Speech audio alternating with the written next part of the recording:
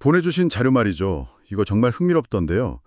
솔직히 저는 제목만 보고는 좀 깜짝 놀랐어요. 고 이건희 회장이 썼다고 알려진 글인데 제목이 여자와 개와 돈은 같다라니요. 아, 그 유명한 문장이죠. 솔직히 처음 딱 읽었을 때 아니 이게 무슨 소리야 싶더라고요. 굉장히 도발적이고 자칫하면 큰 오해를 살 수 있는 말이잖아요. 맞아요. 충분히 그렇게 생각할 수 있습니다. 그래서 오늘 저희의 목표는 이 문장의 진짜 의미가 뭔지, 그리고 이 기묘한 철학이 어떻게 부와 성공에 대한 깊은 통찰로 이어지는지 그 연결고리를 한번 찾아내보려고 합니다. 네. 단순한 재테크 비법 이런 게 아니라 돈과 삶을 대하는 근본적인 태도와 질서에 대한 이야기입니다. 맞습니다. 그 첫 문장은 일종의 뭐랄까 충격요법이라고 볼 수 있죠. 아, 충격요법이요? 네, 주의를 확 끌어서 핵심 메시지에 집중하게 만드는 장치랄까요. 그 핵심이 바로 쫓으면 도망간다는 속성이거든요. 아, 그래서 이 자료는 돈을 보는 기술을 그냥 나열하는 게 아니에요. 그 대신에 돈이 스스로 내게 오고 싶게 만드는 힘, 자석처럼요. 그렇죠. 일종의 자력이죠. 그걸 어떻게 키울 수 있는지에 대해 아주 깊이 파고들고 있습니다.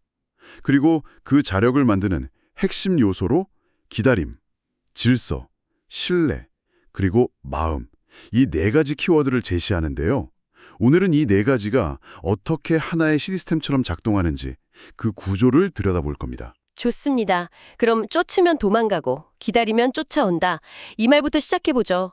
근데 솔직히 이 말 들으면 좀 답답하지 않나요? 그렇죠. 기회는 한정돼 있고 경쟁은 치열한데 그냥 마냥 기다리라는 건가 싶어서요. 바로 그 지점이 중요합니다. 여기서 말하는 기다림은 그냥 손 놓고 있는 방치가 아니거든요. 아, 그런 게 아니군요. 네, 철저하게 준비된 대기 상태를 의미합니다. 자료에 아주 재미있는 비유가 나와요. 산삼은 산삼밭에서만 캘 수 있다. 산삼밭에서만 캘 수 있다. 아무리 허허벌판에서 열심히 땅 파봤자 산삼은 안 나온다는 거죠. 내가 있어야 할 올바른 장, 그러니까 올바른 환경과 사람 곁에 먼저 나를 딱 위치시키는 것. 이게 바로 준비된 기다림의 첫 번째 단계입니다. 아, 그러니까 그 부자 옆에 줄을 서라는 말이요? 네네. 그게 단순히 인맥 쌓고 아부하라는 그런 차원의 얘기가 아니었군요. 전혀 아니죠. 일종의 환경 설정이네요. 맞습니다. 헬스장 가기 싫어도 일단 등록부터 해놓으면 억지로라도 가게 되는 것처럼 내 생각과 습관의 수준을 끌어올릴 수 있는 환경에 나를 던져 넣으라는 의미로 들리네요. 정확합니다. 자료에도 잘못된 밭에 오래 있으면 나의 최선조차 그곳에 평균을 수렴한다는 문장이 나오죠. 와, 그 문장 정말 뼈 아프더라고요. 그렇죠. 그 환경 설정이 끝났다면 그 다음은 멈춤의 기술이 필요하다고 말합니다. 멈추며? 네, 이게 정말 역설적인데요. 대부분 사람들은 길이 막히면 어떻게든 막 비집고 뚫고 가려고 하잖아요. 네, 그렇죠. 빨리 가야 하니까. 근데 이 자료는 그럴 때일수록 과감히 차를 세우고 멈춤을 선택하라고 조언해요.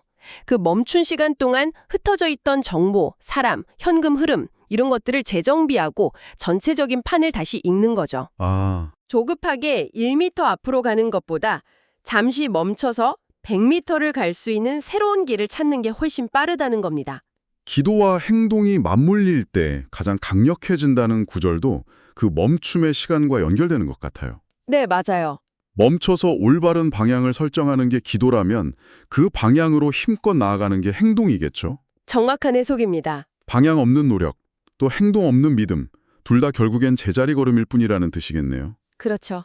결국 조급함은 시야를 좁게 만들고 좁아진 시야는 잘못된 판단을 낳게 되고요. 돈과 기회는 그런 조급한 마음을 귀신같이 알아채고 피해가죠. 와, 반대로 내공 있는 사람들은 그 조급함 속에서도 평정심을 유지하면서 정비된 기다림을 통해 확률을 자기 편으로 만듭니다.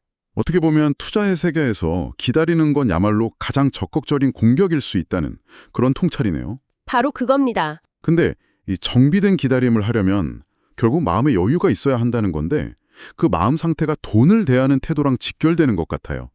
사실 자료에서 가장 흥미로우면서도 처음엔 좀 황당했던 부분이 돈을 거의 살아있는 인격체처럼 다루는 대목이었어요. 아, 어떤 부분 말씀이시죠?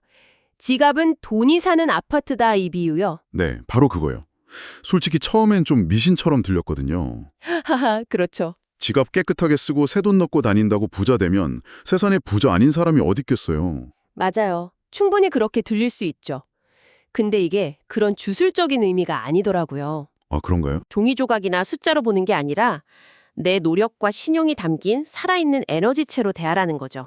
아, 에너지체. 구겨지고 더러운 집에 살고 싶은 사람이 없듯이 돈도 깨끗하고 정돈된 곳에 머물고 싶어 한다는 겁니다. 이건 미신이 아니라 돈을 대하는 나의 태도를 교정하는 일종의 훈련인 셈이에요. 아, 태도의 훈련. 그렇게 보니까 완전히 다르게 보이네요. 이 자료에서 돈을 신뢰의 기록이자 신용의 거울이라고 정의하는 부분하고도 딱 연결되고요. 네네. 내 통장에 찍힌 숫자는 그냥 내 자산의 크기가 아니라 내가 지금까지 세상과 어떤 약속을 지키며 살았나, 이걸 보여주는 성적표 같은 거라는 거군요. 맞습니다. 그래서 돈은 마음의 복제물이다라는 아주 강력한 문장이 등장하죠. 마음의 복제물. 네. 예를 들어서 계획 없이 충동적으로 소비하는 습관이 있다면 그건 내 마음의 불안이나 결핍이 많다는 신호일 수 있다는 거예요. 반대로 뚜렷한 기준을 갖고 돈을 쓰고 모은다면 그건 내 마음이 잘 정돈되어 있다는 증거가 되고요. 결국 돈의 흐름이 막히고 엉킨다는 건 내 마음속 질서가 무너졌다는 경고등과 같다는 겁니다. 여기서 검약이랑 인색을 아주 날카롭게 구분하는 것도 진짜 인상 깊었어요. 아, 그 부분 중요하죠? 둘 다 돈 아낀다는 점에서는 비슷해 보이는데 동기가 완전 다르다는 거잖아요. 네, 하늘과 땅 차이죠. 인색은 두려움에서 출발합니다. 두려움이요? 네, 돈이 없어질지도 모른다는 그 결핍에 대한 공포 때문에 무조건 꽉 쥐고만 있는 거죠. 이런 태도는 돈을 지키는 것 같지만 실제로는 사람도 기회도 다 떠나가게 만들어요. 반면에 검약은 원칙에서 나옵니다. 내 삶의 목표와 계획이라는 뚜렷한 원칙이 있기 때문에 그 목표랑 상관없는 불필요한 지출을 스스로 통제하는 거예요. 그래서 자료에서는 인색이 독이라면 검약은 종잣돈을 키우는 최고의 약이 된다고 표현합니다. 와, 인색은 독, 검약은 약이라니 정말 명쾌하네요. 그렇죠. 그러니까 회식 때 후배들 밥 한 분 안 사면서 자기 명품 사는 건 인색에 가깝고 네. 불필요한 택시비나 커피값을 아껴서 자기 성장을 위한 강의에 투자하는 건 검약이 될 수 있겠군요. 바로 그겁니다. 새는 독에 물 붓지 마라, 구멍을 먼저 막아라 하는 비유가 이 모든 걸 딱 요약해 주는 것 같습니다. 맞아요. 일단 돈 새는 구멍부터 막는 질서를 세우는 게 부의 진짜 시작이라는 거네요. 그렇습니다. 돈이 자꾸 막히고 샌다는 느낌이 든다면 그건 내 몸이 아프다고 신호를 보내는 거랑 같아요. 무작정 돈을 더 벌려고 하기 전에 잠시 멈춰서 내 삶에 어디에 구멍이 났는지, 내 마음의 어떤 부분이 무너졌는지 먼저 점검하라는 뜻이죠. 돈을 대하는 태도가 마음의 반영이라면 그 마음을 드러내는 가장 직접적인 도구가 바로 말이겠죠. 그렇죠. 말은 씨앗이다라는 비유가 나오는데 이게 그냥 긍정적으로 말해라 수준의 흔한 조언이 아니더라고요. 훨씬 더 깊은 차원의 이야기죠. 말이 단순히 생각을 표현하는 도구가 아니라 현실을 창조하는 에너지를 가진 씨앗이라고 보는 겁니다. 현실을 창조하는 씨앗? 네. 회의실에서 누군가 이건 안 됩니다 라고 말하는 순간 다른 팀원들의 뇌는 안 되는 이유를 찾기 시작하죠. 사실상 변명을 공부하는 팀이 되는 겁니다. 변명을 공부한다니. 근데 리더가 어떻게 하면 가능할까라고 질문을 던지면 모두의 뇌는 해결책을 찾는 모드로 전환이 돼요. 말이 생각의 방향을 결정하고 그 생각이 결국 현실을 만들어낸다는 겁니다. 근데 현실적으로 안 된다는 말을 아예 안 하고 살 수는 없잖아요. 의료원이죠. 정말 불가능한 일도 있는데 이 경계는 어떻게 봐야 할까요? 좋은 질문입니다. 여기서 핵심은 불가능이라는 단어를 쓰지 말라는 게 아니에요. 습관적인 부정, 자동 반사적인 비관을 경계하라는 거죠. 습관적인 거요? 네. 어떤 문제에 부딪혔을 때 나의 첫 반응이 안 돼, 망했다. 인지 아니면 어렵겠는데? 방법이 없을까? 인지를 점검해보라는 겁니다. 그 첫 반응이 바로 내 운의 방향을 결정하는 갈림길이라는 거죠. 와. 나는 운이 없어. 돈이 나랑은 인연이 없어. 이런 말들은 스스로 좋은 씨앗을 심어놓고 매일 그 위에 뜨거운 물을 붓는 거랑 같다고 경고합니다. 부정적인 언어가 복이 빠져나가는 구멍이 된다는 표현이 정말 실감나게 들리네요. 네. 결국 언어 습관을 바꾸는 게 돈 새는 구멍을 막는 또 다른 방법이 될 수 있겠군요. 여기서 한 걸음 더 나아가면 언어는 세상을 향해 쏘아보내는 일종의 주파수가 됩니다. 주파수요? 네. 내가 슬픔과 불평의 주파수를 계속 내보내면 세상도 그에 맞는 슬픈 사건과 불평할 일들을 나에게 보내준다는 거죠. 반대로 감사와 가능성의 주파수를 내보내면 감사할 일과 새로운 기회들이 그 주파수에 맞춰서 나에게 끌려온다는 원리입니다. 그 언어의 질서가 결국 마음의 질서랑 연결되는 거군요. 맞습니다. 마음의 무게를 조절하라는 조언도 나오잖아요. 불필요한 걱정, 후회, 원망 이런 감정의 짐들이 마음을 무겁게 짓누르면 돈의 흐름도 막힌다는 논리가 참 흥미로웠어요. 그렇죠. 근데 솔직히 다른 건 다 고개를 끄덕이면서 읽었는데 효도가 운을 여는 열쇠라는 대목에선 잠시 멈칫했습니다. 아, 그 부분? 이게 부모님께 잘해드리는 도덕적인 차원을 넘어서 어떻게 재물운이랑 직접적으로 연결된다는 건지 잘 와닿지가 않았어요. 아마 많은 분들이 그 지점에서 고개를 갸웃했을 겁니다. 네, 그랬을 것 같아요. 이 자료 해석은 아주 독특한데요. 효도를 단순한 윤리 강령이 아니라 뿌리 관리의 개념으로 봅니다. 뿌리 관리요. 네, 모든 나무는 뿌리가 튼튼해야 열매를 맺잖아요. 나의 뿌리는 부모님이고 그 위로는 조상들이죠. 아, 부모를 공경하고 조상을 기억하는 마음은 내 존재의 근원을 인정하고 존중하는 행위라는 겁니다. 이 뿌리가 단단해질 때 눈에 보이지 않는 조상의 축복과 하늘의 협조, 즉 운이라는 에너지가 흘러들어올 통로가 열린다는 철학입니다. 굉장히 동양적인 세계관이 담겨있는 해석이죠.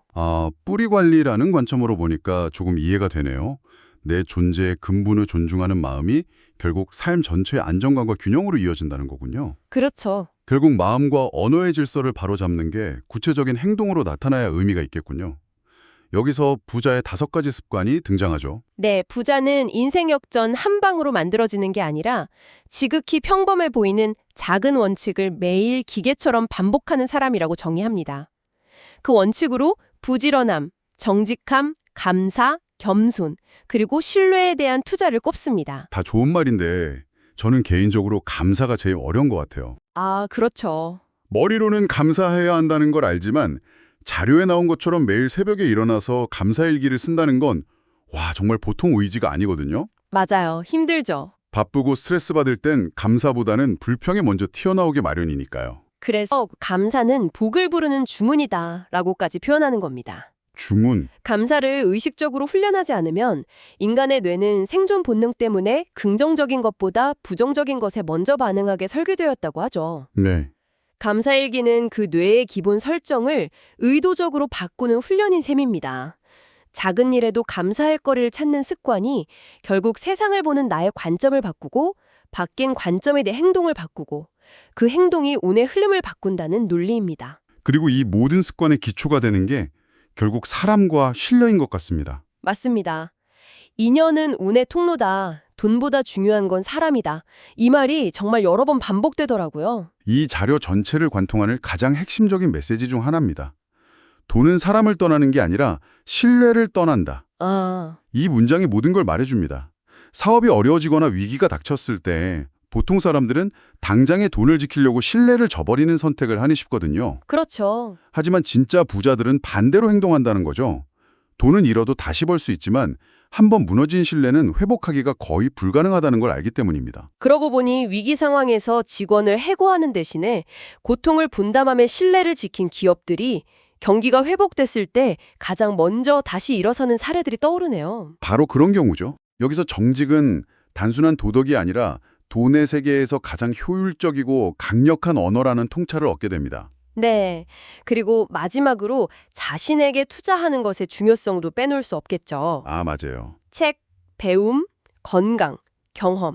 이 4가지에 쓰는 돈은 사라지는 소비가 아니라 시간이 지날수록 복리로 불어나는 투자라고 강조합니다.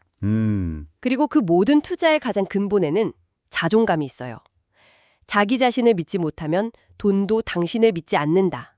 나라는 사람의 가치를 믿고 나의 성장을 위해 기꺼이 시간과 돈을 투자하는 태도, 그 단단한 자존감이 바로 건강한 부의 가장 튼튼한 기초가 된다는 겁니다. 오늘 정말 깊은 이야기를 나눴네요. 처음엔 여자와 개와 돈은 같다는 좀 괴상한 문장에서 시작했는데 파고들다 보니까 결국 부라는 건 기술의 영역이 아니라 태도의 예술이라는 결론에 이르게 되는 것 같습니다. 네, 맞아요. 태도의 예술. 그리고 돈은 그저 내 인격과 마음 상태를 비춰주는 거울이자 복제물이라는 생각도 들고요. 결국 오늘 이야기의 핵심은 돈 버는 법이 아니라 돈이 머물고 싶어하는 사람이 되는 법에 대한 이야기였던 것 같습니다. 아주 정확한 요약입니다. 오늘 나눈 이야기들을 바탕으로 여러분께 마지막으로 생각해 볼 거리를 하나 던져드리고 싶습니다. 네, 이 자료에는 돈은 당신을 시험한다는 구절이 나옵니다. 돈이 없을 때는 드러나지 않던 그 사람의 본성이 돈이 많아졌을 때 비로소 드러난다고 하죠. 만약 여러분에게 갑자기 감당하기 힘든 큰 돈이 생긴다면 여러분은 어떤 사람으로 변할 것 같으신가요? 그 돈으로 인해 더 겸손해지고 주변에 온기를 나누는 사람이 될까요? 아니면 자신도 모르게 교만해지고 인색한 사람이 될까요? 이 질문에 대한 답이 어쩌면 여러분이 평생 쌓아갈 부의 그릇의 크기를 결정질지도 모릅니다. 진정한 부는 통장의 숫자가 아니라 마음에 깃든 평안이다. 오늘 이 시간이 여러분 각자의 마음의 거울을 차분히 들여다보는 계기가 되었기를 바랍니다. 오늘 나눈 이야기가 여러분에게 생각할 거리를 주었다면 긍정적인 피드백을 남겨주세요. 더 듣고 싶은 주제가 있다면 여러분의 의견을 알려주세요. 여러분의 피드백은 다음 이야기를 준비하는 데 큰 도움이 될 겁니다. 다음 이야기들을 놓치지 않으려면 구독과 알림을 설정하세요. 여러분의 선택 하나하나가 여러분의 삶을 만들 겁니다.